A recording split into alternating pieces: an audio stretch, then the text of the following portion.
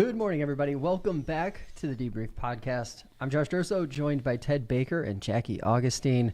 Today we are celebrating the 6-year anniversary of the podcast. We've got the trio back together. Jackie Augustine co-created the podcast with me back in 2016, it would be now. And holy crap, a lot of time has passed, hasn't it, Jackie? Yes, that seems like a really long time ago. Doesn't it? I'm glad that this has persisted. We have persisted, and obviously Ted and I have kind of resumed doing the show on a regular basis here over the last year or so, and of course the pandemic created all kinds of like scheduling issues and stuff like that, but we have persisted, as Jackie said. And today we're finally going to, after I think I've been kind of putting it off for about a month or a month and a half, diving into some of these Geneva issues. Now that we've got Jackie here, we absolutely have to get into them. So that is where we're going to be starting today. Let's start with the appointment that happened for Ward 6 and also the vacancies that continue to loom. Where is Geneva right now in the process, Jackie? From the outsider's perspective, where does it seem like City Council is? Obviously, the people who have been following City Council coverage on fingerlakes1.com, they know it's happening month to month. But from that outside perspective, it might also be a little bit confusing because it doesn't seem like there's a very clear answer as to when things are going to settle out.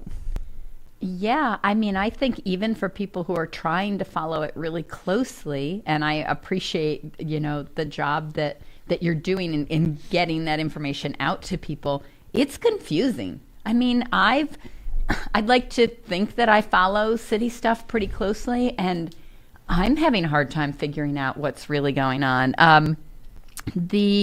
So they've got at City Hall the vacancy in comptroller, planner, economic development, city manager. There's no representative for wards 5 and 6, which is District 3 at the county supervisors. And they just filled the position, like you said, for the 6th ward, which they had known was going to be vacant for almost a year because I think John Pruitt had announced and then agreed to stay on. And still, you'd think there'd be no lag time between when he leaves and when the new person comes in, but even that was slower than expected. And that was August. I want to say that was July, August. So it seemed like it was a full 6 months almost. Right. That time in between. The thing that I've been curious about, and I have some thoughts on this, but I'm curious what you think.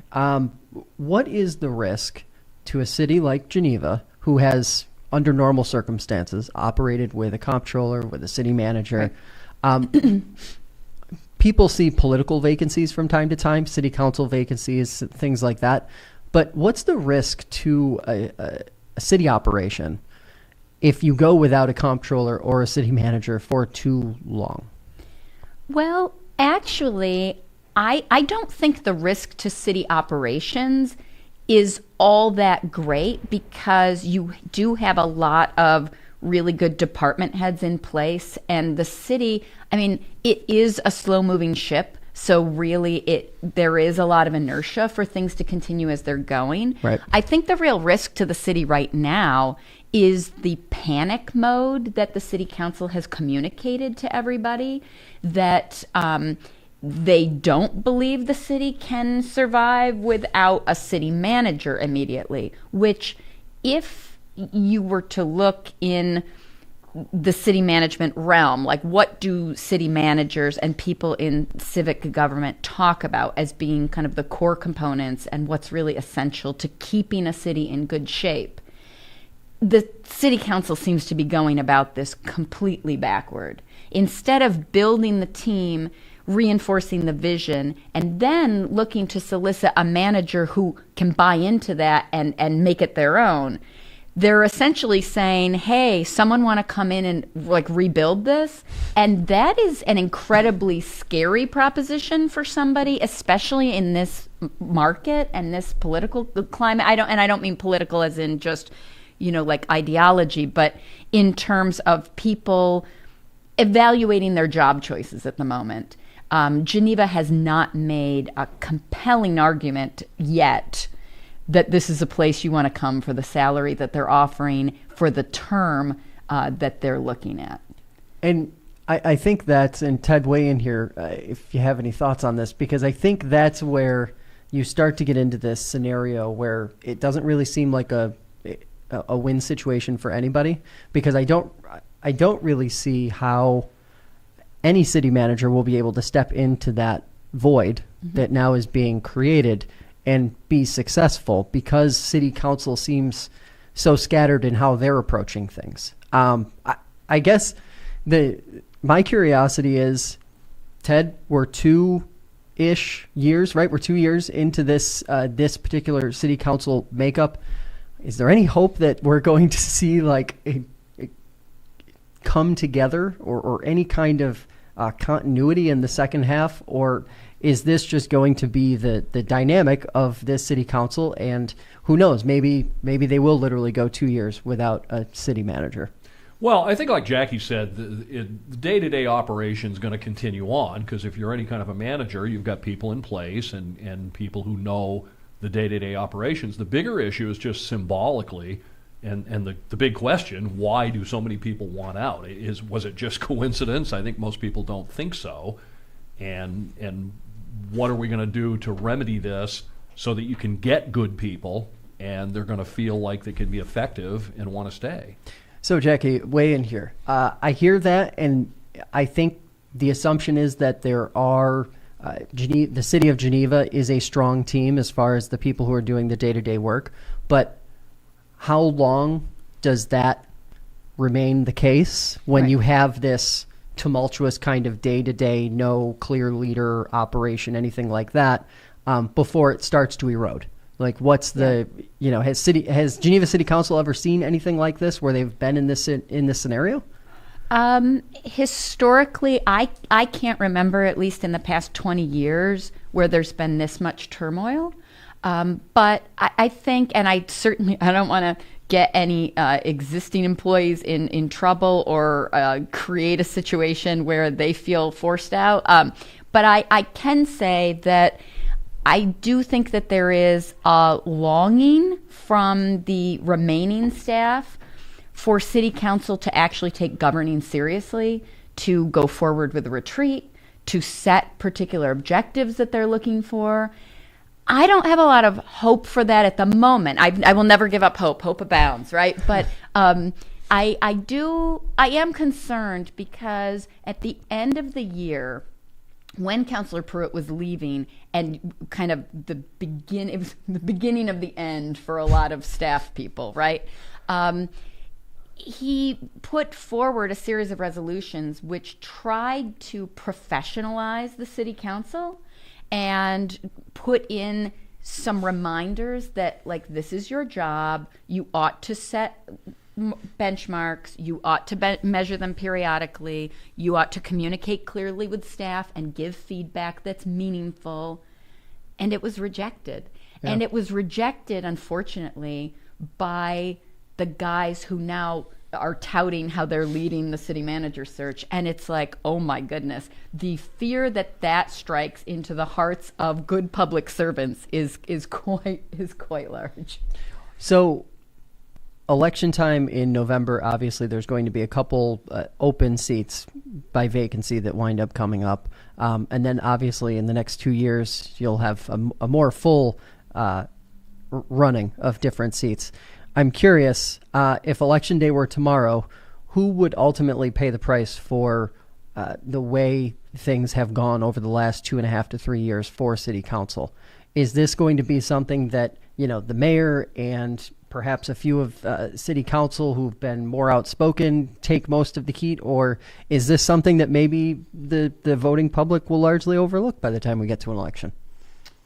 Well, I don't know, because I do think that the guys, and I mean, I hate to pick on the men of council, but that's where I see the trouble coming from. I think the guys are trying to create a narrative that this is all the Democrats. And if you look at just the party affiliation of city council, you might think it's being run by Democrats. But if you actually look at the functioning of city council, or the malfunctioning of city council, it's not your traditional Democratic wing that's calling the shots. So do I think the Democrats are ruining everything narrative might win?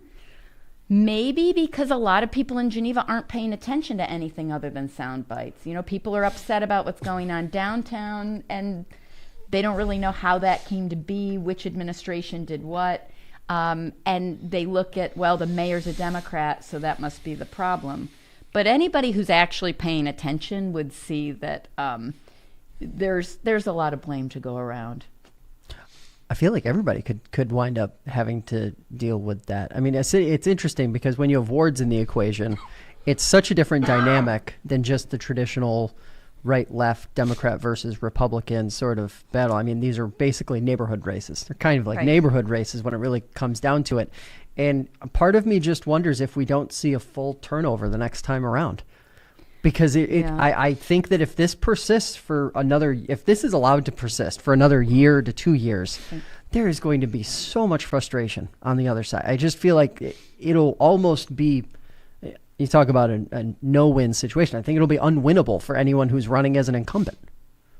Well, what's really unfortunate, I think, is that kind of rise of the throw the bums out mentality, which you hear over and over, is actually really bad policy because, again, anyone who's paying attention and following and understanding how city government actually works would want there to be some continuity and some historical memory. I mean, city council is definitely suffering from that right now. You have only the mayor and Councilor Camera who have served on city council in the past. And it shows in the way the council operates. You've got guys trying to do stuff that council's not empowered to do, complaining about things that council couldn't interfere with. Maybe that's the same criticism, but a real misunderstanding of even what the role of city council is. And that is concerning to me. Granted, you do have some longer standing members of the community who've run businesses, who have been in the mix of city government, so you do have some continuity there. But the idea that everybody who's ever touched city government would be out is scary to me. Yeah, and I think back to Election Night Live 2019, me, you, I think Gabe was here and a couple other folks. When we did our election night coverage, that was the big takeaway. When these seats turned over, that was the big, the continuity was gone. Right. You had the mayor who had previously served, you had Councilor Camera who had previously served, but you really lost a lot of that historical reference point to be able to point back to 5 years ago or 6 years ago or, God knows even further. And that is, I think that's probably the biggest gap that exists with city council. And I as someone who has watched a lot of towns and cities try to go through this, I don't know how, if you're a Republican in the city of Geneva, I don't know how you run the next cycle around and say it's all the Democrats' fault when literally city council as a whole has not accomplished really anything in 2+ years. I mean, and nothing that's been, let me frame that a little bit. Nothing. That's kind of a terrible thing to say. Accomplished nothing. Nothing that's been noteworthy. Nothing that's made headlines. Nothing that's stood out more than all of the issues that have stood out over the last 2.5 years. And Ted, I'm sorry, I don't mean to jump in. Oh, no, you are far more expert on this than I am. We all kind of saw this coming with a brand new council coming in, and Jackie said it very well about institutional memory. You need someone who remembers why this decision was made or why we can't do it this way. And like you said, you have a lot of people now who don't have a lot of council experience, who don't understand, well, why can't we just do this? Yeah. That's where the veteran mayor or the veteran council can step in and say, well, this is why you can't do this. Yeah. And I think, unfortunately, it's been like, so I don't agree that the council's not accomplished anything. I think that actually, between police reform and some of the other things that I understand are controversial, but if you look at the approach, say what you will about individual people's politics, there's a clear divide on council between a group of people who said, here are my issues, please show me how to get these things done, how to craft legislation, how to move things forward, and those things have happened. And then a group that says, we don't like this, or we have other ideas, but have put forward nothing actionable. And that is the real tension that I think has been the problem with council. There is a lot of bluster, and there is very little movement. And unfortunately, people who like to talk, who are already looking ahead in their political career of where they might want to go next, right, can suck a lot of air out of a room. Mm-hmm. And that is what this council's really fallen victim to. It's kind of clashing egos. Mm-hmm. And that's unfortunate. Yeah. Dynamic in Geneva definitely is going to be a subject of a lot of debate moving forward. Another issue that kind of affects Geneva here and affects almost every other community in the Finger Lakes, redistricting. It happened. It's done. We are now in this weird place where the state map looks very confusing, and the region between, say, Seneca County and Canandaigua is split into, I think, three different parcels at this point, three different districts. Let's talk a little bit about that. What are some of the biggest outstanding issues? Jackie, we'll start with you.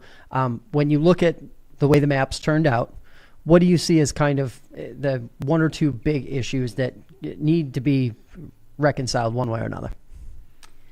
Well, I think it would be easy to go quickly to the bad news and the craziness of it. So I will leave that for a second and try to have something positive to say about the map. So Ontario County is split into 3 districts. Now, that seems crazy to me. It doesn't seem geographically consistent. It doesn't seem economically consistent. A whole bunch of reasons why even, the New York State Economic Development Councils don't seem to track. No.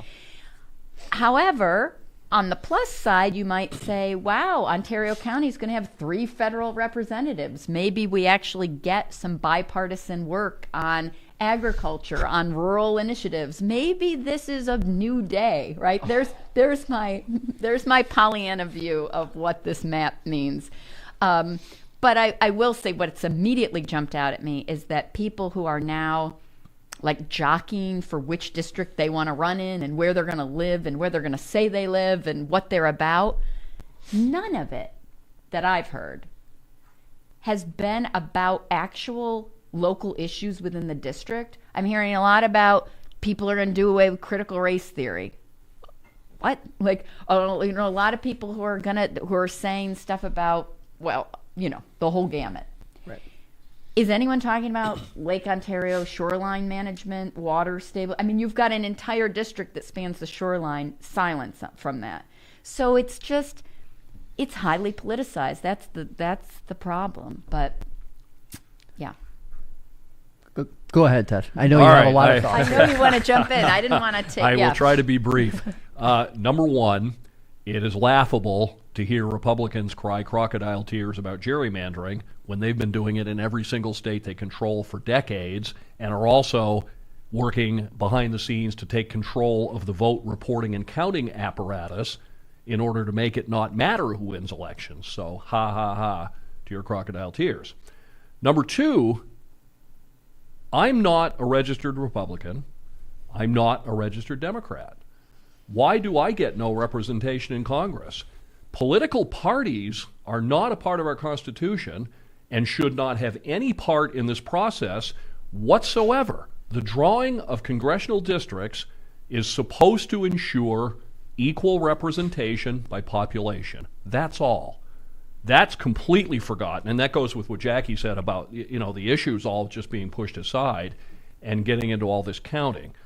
There's really no reason why we couldn't plug populations into a computer and say each district must have roughly the same population, each district should be as close to being a square as possible, and each district should not split up communities. Counties would be nice, but certainly not communities. I forgot what's the small town in Cayuga County that's now going to have 2 congressmen You know, Can't think of it off the top of my head. one for each 50 residents. Right. It's just, it's crazy that we've allowed political parties to take over these things that really shouldn't be any of their purview whatsoever. Yeah. I agree with you completely, Ted.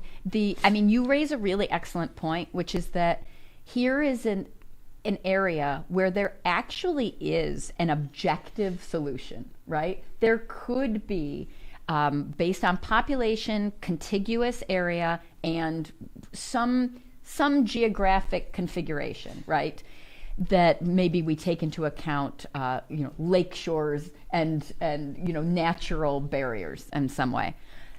That could be solved. That's a problem that could be solved. So both sides are wrong when they say, well, if it's got to be done this way, this is the best we can do. I mean, that's an incorrect assumption. It doesn't have to be done this way. It does not have to be a political process in that way, infused with issues of control, minimizing certain groups, maximizing others. So yes, I mean, you've got Alabama now where, to use the terminology, you should have majority minority districts, and you can't, I mean, it's completely cracked in order to get a particular outcome. How that's not illegal, I don't understand. So I think seeing it in New York State, hopefully, maybe, will have the benefit of opening the eyes of our traditionally Republican rural constituencies that this is what happens when you say there's nothing wrong with the political process. And I don't laugh at the crocodile tears because I think, better than bad does not good make. I would rather it not be this way at all, no matter who benefits. But it's just, I wish people would just be more sensible and objective in evaluating this. These things have consequences. And here's the other aspect is, I find it kind of funny, every time we get to an election, we hear about all these undecided voters. But now in this process, no one's undecided. Well, this district's 55% Democrats, so the Democrats will win. We're electing not leaders. I hate that term, elected leaders. We're electing representatives. The people we send to Congress are supposed to do the things we would do if we had time, but they're doing it for us. So if you don't like that your district is 55% Democratic, then either change parties or adopt stances that are more in line with the population of your district.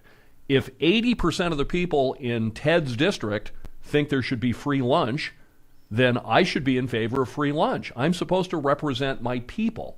Again, instead of these warring parties, adopt stances that match those of the people in your district, and you will probably be elected. And that matter. Adopt policies that matter to the people who are, you mentioned critical race theory off the top of this conversation, and that is an issue that affects absolutely no one in the 24th, present or past. It's going to be hard to eradicate it because it's going to be hard to find any place where it actually exists.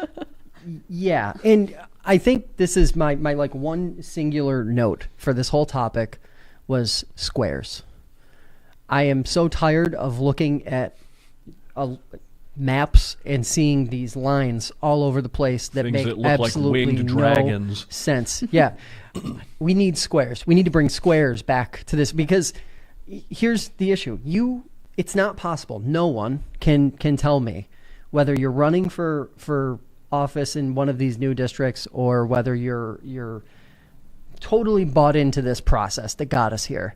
You cannot tell me that in the what will be new 24th or 23rd that folks will be well represented from tip to tail in those districts. It just won't happen. It's not going to be possible.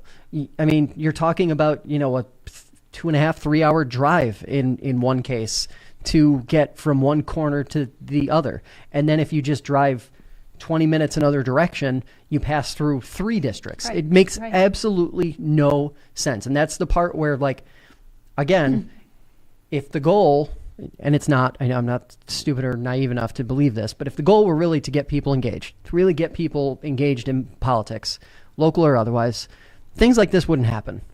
But that's not the goal. The goal in this scenario is to essentially create a map that's winnable, more winnable for one party, and both parties are guilty of doing it historically. I get that. But it's a shame to see it happen this way, because it's funny, if you just look at maps from, say, the last 10 years, they looked pretty normal and they looked pretty sensible in the grand scheme of things. Yes, there were probably issues with them, in terms of where people were and things like that. But at the end of the day, you could look at it and you could say, oh, okay, that makes sense. Like it's relatively shaped normally. The good news is that we have a role to play here. These candidates are going to start coming around, and so when they start talking about these national poll-tested issues, we as media should say, we don't care about that. None of the voters in this district care about that. Let's talk about the things people care about, and let's see if they have answers. I have a controversial take on that. I think coverage of these new districts is going to circle the drain the rest of the way. And over the next 2 to 4 years, we just will see very little of it at all. Because, again, local media is getting smaller and shrinking by the day, and it's going to be even harder for local media to reach from one corner of this new 24th to the other corner, or have any idea what the issues are up in the Adirondacks or around Watertown if you're a media organization in central New York or in the Finger Lakes. It's just not possible. And that's... Ooh, the gauntlet's been thrown down. I've got a mixer and a Zoom and a kitchen table. But that's, Turn me loose. Put me in, coach. I'm ready to play. To our credit, we are better positioned to do it than most other news organizations. But I'm just saying, across the board, if we're talking about the whole state, if we're talking about the institution and how democracy is supported by good journalism, if we keep seeing maps that turn out like this, it's just the writing's on the wall. It won't last. I understand, but I mean, in terms of candidates themselves, and there was, I'm not going to name the candidate, but there's one candidate who's expressed an interest, and it was the whole, like Jackie said, the Democrats are all wrong, Democrats have screwed everything up, nothing about issues. So if that candidate wants to talk to us at fingerlakes1.com, we should steer the conversation in that direction of what do you think about the issues that actually matter to the people in this district, and not let them run on these sort of national poll-tested platforms. I mean, to be fair, we had sheriff's races play out in the last 2 years and judge races that banked on those exact same issues. Right, a lot of them do. I mean, that's why it's almost become the default of so it's incumbent on us running for office to change that conversation. Yeah, I mean, in Geneva, there was a school board slogan that was like the law and order candidate. Like I don't even understand. Like I'm trying to actually figure out like what that means. Like what is the policy position that's supported by that? Like I don't understand. Probably detention reform. But that's the thing. How are you supposed to actually engage and make an informed choice if the things that you're talking about are just this fluff that are meant to get you angry about something, but they don't say anything? It's almost like the people in charge said, look at these shiny objects while we consolidate power. And if people want to say it's the Democrats doing that and not the Republicans, or if people want to say it's the Republicans doing it and not the Democrats, they're both wrong, because everybody's doing it and people are just falling for it. And I feel like I'm on this mission. Like I'll be in the grocery store, I'll overhear somebody say something that's wrong, right? That doesn't track with actual reality of how government works. And I'll try to say something, well, like actually city council isn't allowed to make that kind of decision. And they're like, oh, well, I never knew. They should tell us that. Yeah, you're right. They should tell you that. But they won't, because half of them didn't spend any time trying to figure it out themselves either, because they knew that they could just say a bunch of stuff that didn't have any substance to it. So, I mean, are voters culpable in this? Are we culpable for not being good consumers of news, for not being engaged residents? Yes. But to bail us out a bit, I will say people are busy. These decisions are important, and you should make a good faith effort to get educated. But it is very hard in the cable news media environment that has grown up around here, to cut through that. It's a lot easier to sit yourself in front of the TV and get riled up about something and let somebody else do the thinking for you. Right. Right. We can all get our own news now, and that's where journalism has this role to play, is that the role of journalism, and too often the way it's being practiced today is side A says their piece, side B says their piece, and that's it, and we're done. Instead of the way it used to be, and the way I still think it can be, side A says their piece, side B says their piece, and we step in and evaluate and say, well, a lot of what side A said really isn't true, and what side B said, this part's right, this part isn't right. That's what the role of journalism used to be. That's the legacy of declining newsroom sizes, is increasingly it's just people say their piece. And it's like Jackie said, they realize they can and they won't be challenged. So right. If a school board candidate wants to run on an issue that really has nothing to do with the school board, they can do that, and there's no one to step in and say, why are you saying that stuff? Let's talk about things that matter. Yeah. Let's talk about one more political issue that has to do with one of the topics we touched on in the beginning of the show, appointments or temporary vacancies, that sort of thing. Backroom deal. The acting district attorney in Cayuga County says local Democrats and Governor Kathy Hochul are effectively colluding to appoint a Democrat to the temporary post she currently holds.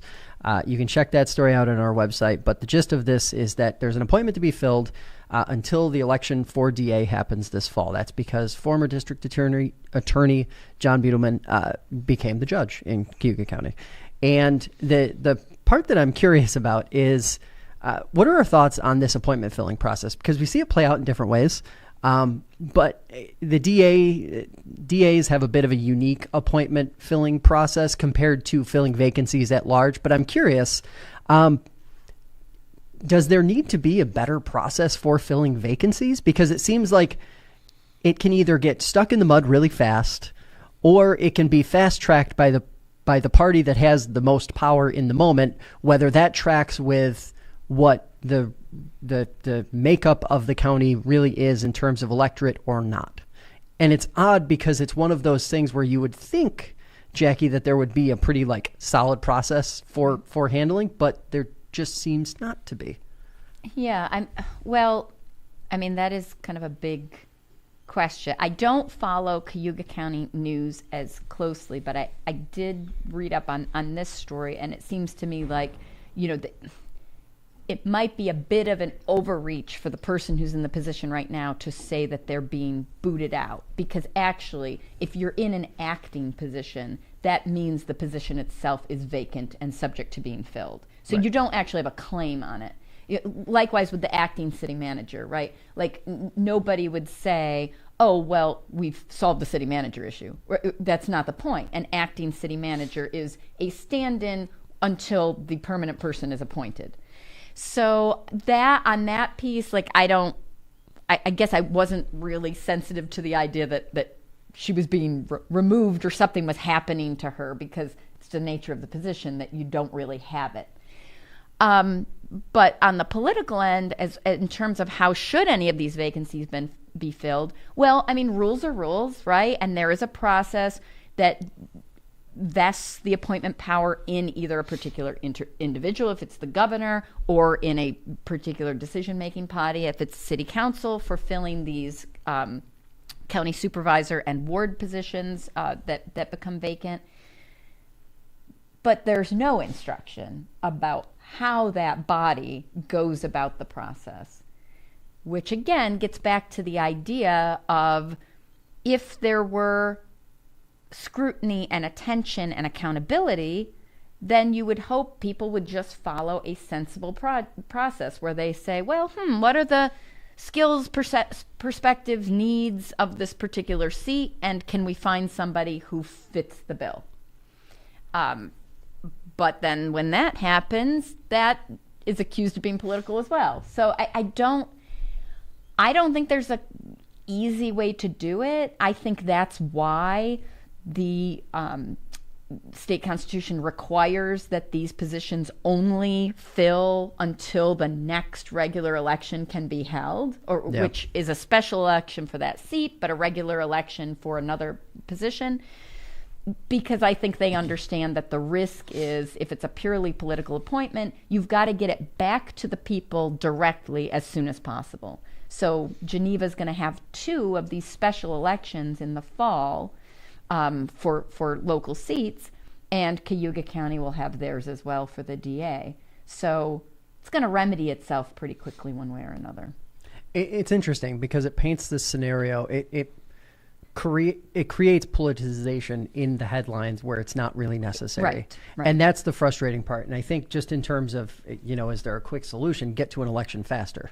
Mm-hmm. Get to the election faster. Like if the post is going to be vacant for an extended period of time, hold a special election, if you want to call it that, and have it not be in November. Right. Government I think spends money on a lot of stupid things. I think we could budget for that probably. the best way to fill elected positions is with elections. However, in this particular case, I mean, the person who's now acting DA, I'm pretty sure was number 2 in the department. Correct. Had been for a number of years, and by all indications is eminently qualified to hold the position, which makes it appear that the Democratic governor is using her power to make sure a Republican doesn't get a position that she has the power to make sure a Democrat gets. So I think this is utterly 100% political, and leads me to my observation that with very few differences, I don't see a lot of difference between Kathy Hochul and Andrew Cuomo.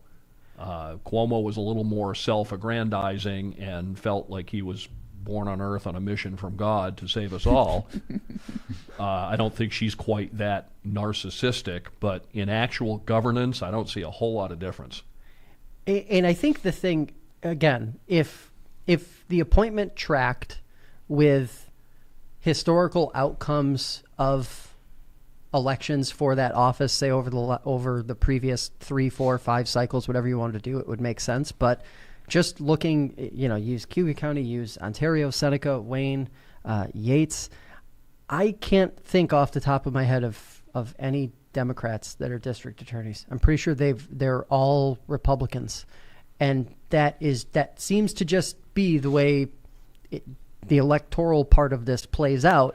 But it doesn't. To me, the part that gets frustrating is like, oh, okay, so you're going to appoint a Democrat in theory, just so they can lose in November and then be ushered out the door by the person who was there and would have, in theory, created some continuity between transition period and, the final outcome. The other thing, too, is that doesn't get enough attention, I don't think, is like we see this play out from time to time where someone will run for district attorney for that second or third term. And the sort of background to that is like there's this assumption that if the judge seat, for example, in terms of a district attorney's race, if the judge seat opens up, they're most certainly going to run for it. And there's a good chance, being the elected district attorney, that you're going to be a front runner in that judge race. There should be some kind of like catch so that you can't run for a position if you know full well you're going to run for another position a year and a half into the term. But to go back to what we talked about earlier, why are district attorneys Republicans and Democrats? The job of the district attorney is to prosecute offenders to the fullest extent of the law. And that's it. It's not a policy-making position. I'm not naive. I understand why we have Republicans and Democrats running for those positions, but why is this a political process at all? Yeah, no, I agree with you. And that's why it seems like this appointment and the way that you described, this was the second in command, has been doing this, makes sense. That is more akin to the acting city manager appointment, right? When you're replacing an administrative position, it's not a political thing. You're not looking at that person's party registration. You're just saying, do you know the job? Are you able to carry things forward? Here is what we'll do, which makes a lot of sense. But again, I think we're going to see this more and more, this increased politicization of things that should not be, instead of us all kind of taking a collective deep breath and saying, maybe the way we get ourselves out of this really, chaotic, tense situation we're in, is to back away from insisting on that, maybe now is the time to have this discussion about whether or not certain positions should be depoliticized. But again, this is me being like ridiculously naive that people want a way out of the tension and want the sensible solution. But I think there are a lot of people who just enjoy fighting. And it's just like, look at a city council meeting. I'm telling you, if they had to write on paper, this is my idea. If Laura came into a meeting and just handed out a piece of paper with her ideas, someone else would hand it out. The group would be like, wow, this is really sensible stuff. But as soon as it comes from her, they oppose it just because it's her. And that goes for other people as well. I'm not saying she's the only person getting that treatment, but it is most pronounced, I think. So I apologize for using her as an example, but I see that very clearly. Well, and there have been surveys nationally for years that very often when Democratic ideas are presented in a poll, but not identified as Democratic ideas, they're largely accepted. If that same idea is presented and identified as a Democratic idea, it's then roundly rejected. Right. So again, it's this D and R fight going on rather than who has the best ideas. Right. And how can we come together, to circle back to where we started with the Geneva City Council. There must be something they can all agree on. Yeah, and it used to be, actually, if you go back and look at some of the election platforms, housing quality, rental registry, all of these things were things that the Republicans were all for. But now that they've cast it as a Democratic issue, completely stalled.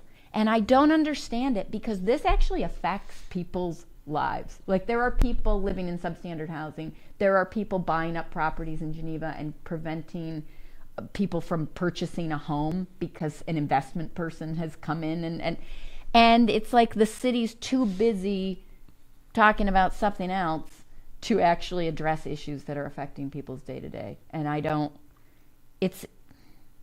want to be a Debbie Downer. I'm sorry. And I will say, there's hope. As a mild correction to what I said, yes, most DAs in the region are Republicans in registration. Some have received cross endorsements between both parties. That I think is a separate debate for another time. Yeah. But it before people start sliding into my inbox saying no, I'm on both sides. Yeah, you are, sure. Let's talk about something that you did mention though, housing. Particular rent prices. Turns out the cost to rent a 1 to 3 bedroom apartment in upstate New York is getting even more expensive over the last 2 years. There have been a lot of anecdotal evidence. Most recently, we published a story about a woman in Webster who was forced to move out of her apartment after rent jumped from $800 to around $1,200. And we've seen bits and pieces, whether it be because of the pandemic or whether it be just because of housing prices going up. We've seen lots of stories about 20, 30, 40% jumps just in one single year cycle in rent prices. So what's the answer? Does it come down to controlling rent prices or mandating a certain volume of affordable housing? Is it more focus on getting people into home ownership? Jackie, I'm actually curious what your thoughts are on this, because you're much more in tune than I or Ted are with these sorts of issues. But I'm curious, because I know there are a couple state proposals to try and rein in rent as an example, but do any of them really go far enough to course correct where it seems we're going?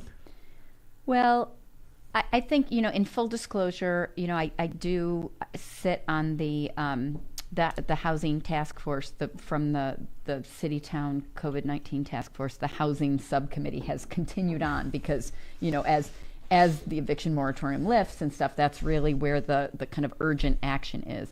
And the Finger Lakes Housing Consortium, which is made up of, service providers across this area dealing with housing issues, has been looking at the data. And it's like so refreshing that you're bringing that up, because one of the biggest barriers to getting anything, before we can even talk about what would be a viable solution, one of the problems is, and it's not, I don't mean to pick on Geneva, that's just where I have the direct experience of this happening, but I know it's going on in other communities as well.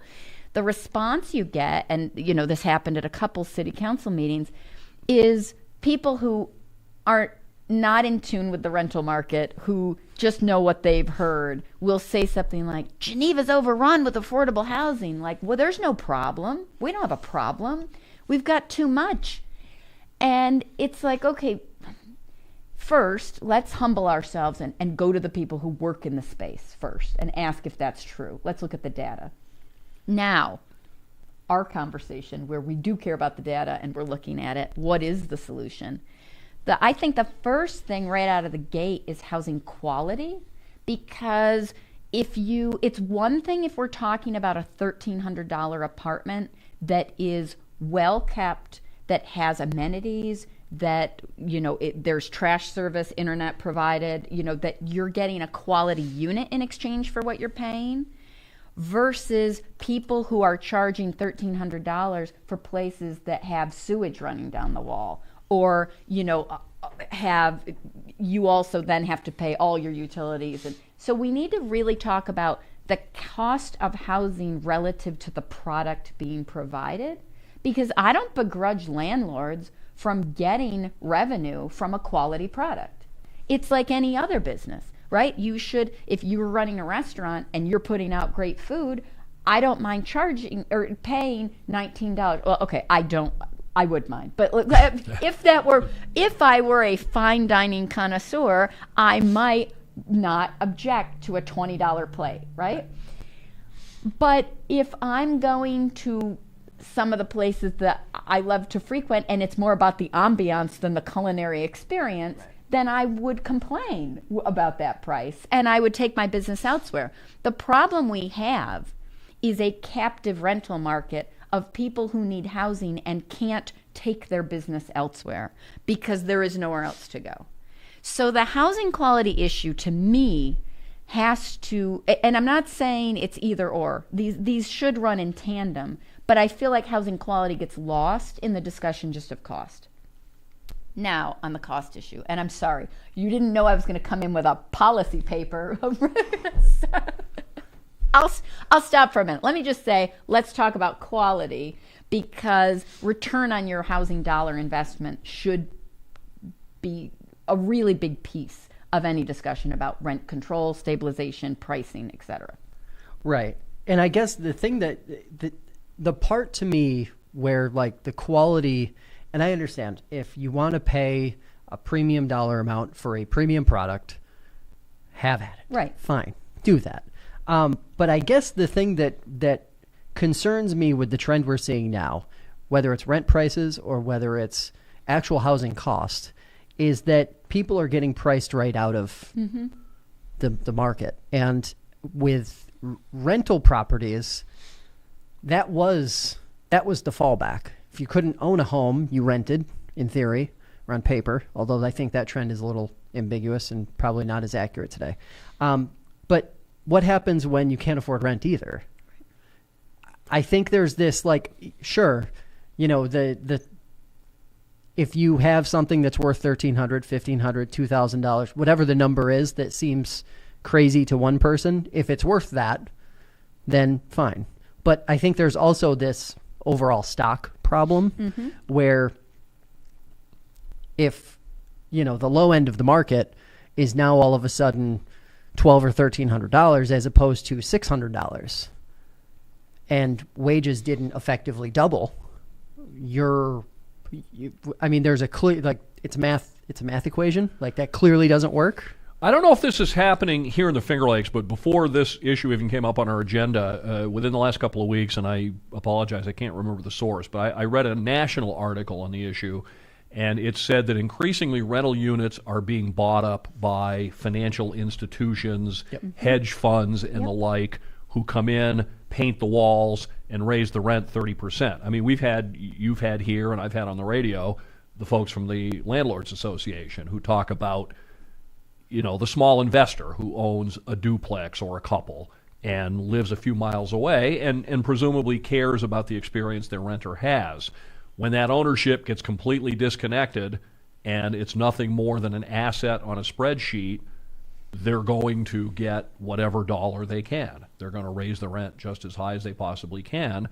And it's like Jackie said, where are you going to go? It's not like, well, my rent just went up to $1,200. Oh, look, here's a place for $700. Where? And that, I think, is what local government can actually get in and do something about. And, I mean, this is so, the head of the Landlord Association and I wrote a guest appearance about ERAP. We've talked about this issue because obviously the landlord voice, the local landlord voice, has a role in this discussion. I frankly am not interested in the investment landlord voice because they have their interests. It's a pro forma. We know we don't really need, that's well represented at the table. So I think the idea is that many municipalities are doing this local point of contact legislation, which was actually drafted, put before Geneva City Council, and not voted on. Mostly because I think some people hadn't read it, didn't understand it, thought it was imposing on people's property rights. It got into this whole, again, kind of national conversation about control or something, and it totally disconnected from the actual issue at hand. But if local municipalities actually got into the business of paying attention to their housing market and putting in reasonable restrictions on not just quality but quantity of units that can be owned, graduated fees and registration. A lot of the investment people who come in and buy these don't pay their taxes on time. Cheaper for them to invest that money and then pay late because the penalty isn't high enough. Why can't we? It's legally allowed to have a graduated penalty based on an ownership structure. I mean, these are things we can research. These are things we actually can look at the law and figure out how to make existing rules and guidelines work for the renters. The landlords do a great job of figuring out how the laws can work for them. Municipalities need to step in and say, actually, the people who live, work, vote, impact our communities are by and large, if you look at a place in Geneva where investment purchasing has gone through the roof, so many LLCs that aren't based in Geneva are owning a ton of rental property in Geneva. Does City Council work for them? Or does City Council work for the people in Geneva who have to live in those units? So again, local municipalities, if we take Ted's idea of representative government, which, Ted, I love it, grounded in the, founding documents of our country, novel idea that, that we need to get back to. If we actually look to elected officials to care about representing the interests of the people that they represent, these housing issues should be the number one topic in state, local, congressional races. Never or rarely makes it onto the discussion. And when a developer comes in and says, I'm going to build high-end townhomes that rent for $2,000 a month and I want a tax break, you say, okay, Here great. you go. Sure, here's your tax How break. much? But you've got to build this many units that rent for $800. Now, of course, the problem with that, and we've had this discussion before, is if I put that restriction on here, they just go to another community that doesn't have that restriction. Right. Yeah. I think the big thing that when I look at different counties and even a couple of cities, I think Auburn has tried to take a little closer look at this. I think Geneva has at least flirted with the idea before of having basically a database where you really have an understanding of what the stock is in any given place. And I think that number should be top of mind for any elected official whether they're voting on a pilot for a developer or whether they're just looking at the long view of their community, because I feel like the trajectory we're on right now, price doesn't get reined in until there's like this exodus in the community where people are just moving out in flocks because there's nothing for them to rent and they can't buy a house because like in Yates County, that's my favorite example, during the pandemic from 2020 to 2021, the average or the median sale price of a home went up $100,000. Yeah. And as a homeowner in that county, I'm damn pleased about that. But that goes back to the point where, like, on the individual, it's fine. But when you're talking about, what's the rental stock in the village of Rushville, I'm going to assume that probably village officials don't know the answer to that question. They probably don't know what median rent is. And I would say that's probably the case in most towns, even cities, because it isn't something that's right. There isn't a system to really manage it that well.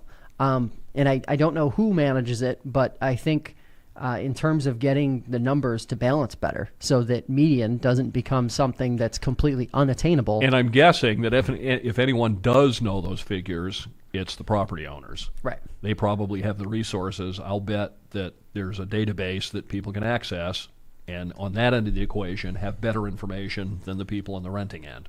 Yeah. Absolutely. All right. We did it, guys. We got through it. All right. 6 years. Jackie, thanks for being here. We'll do it again sooner than 1 year from now. Yeah. Hopefully. I appreciate the opportunity. I love it. I love to talk about this stuff. And Ted, you've been interviewing, I think, like a half dozen people a day. What are a couple of the interesting ones coming one up? of the things, there are a couple of different tracks. We're setting up some regulars following meetings. Geneva Town Supervisor Mark Venuti joined me this morning. I still have to edit that and put it up, but we'll have him the day after the Geneva Town Board meeting. We have Aileen McNabb Coleman from the Cayuga County Legislature joins us the day after their monthly meeting. Chuck Mason, of course, Auburn City Clerk, is on every week after the City Council meeting. So we're lining up a lot of those kind of newsmaker regulars. Another issue we're working on right now, we've got one side of the discussion, and I'd like to get the other, is farm labor and the 60-hour versus 40-hour overtime threshold. We have someone from the farm owning side, and they, of course, have fought against it. I'm going to try to line up somebody from the farm labor side who is presumably for it, and try to do that. Maybe not, I'm not a big fan of head-to-head arguments, but I like to get both sides of an issue, so we're going to be doing a lot of those things in the days to come.